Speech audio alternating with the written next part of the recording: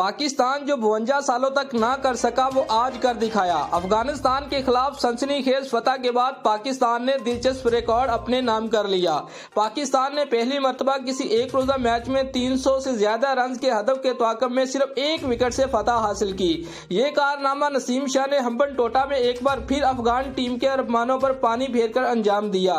3 one day matches की series के दूसरे मैच में पाकिस्तान ने अफगानिस्तान को 1 विकेट से शिकस्त दे दी। पाकिस्तान ने 27 ओवर में 1 विकेट के नुकसान पर 150 रन मुकम्मल कर लिए।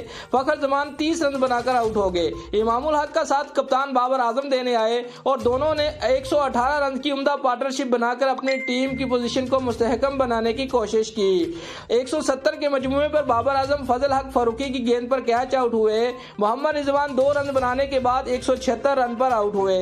सलमान अली आगा 14 रन बनाने के बाद मोहम्मद नबी की गेंद पर कैच आउट हो गए। मोहम्मद नबी ने उसी ओवर में उसामा मीर को कैच आउट करवा दिया। दूसरे एंड पर मौजूद इमामुल हक 91 पर मुजीबुर रहमान की घूमती गेंद के जाल में फंसकर कैच आउट हुए।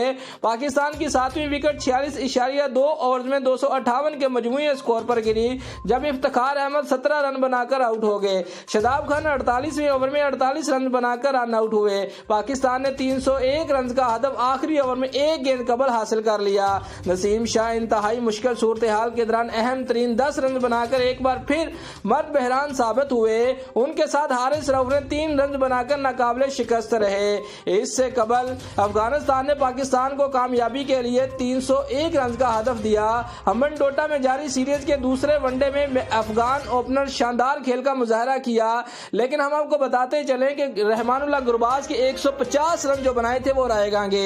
दोस्तों, अगर आपको हमारी ये वीडियो अच्छी लगी है तो वीडियो को लाइक जरूर करें। अगर आप लोगों ने हमारे चैनल को सब्सक्राइब नहीं किया तो चैनल को जरूर सब्सक्राइब करें। शुक्रिया।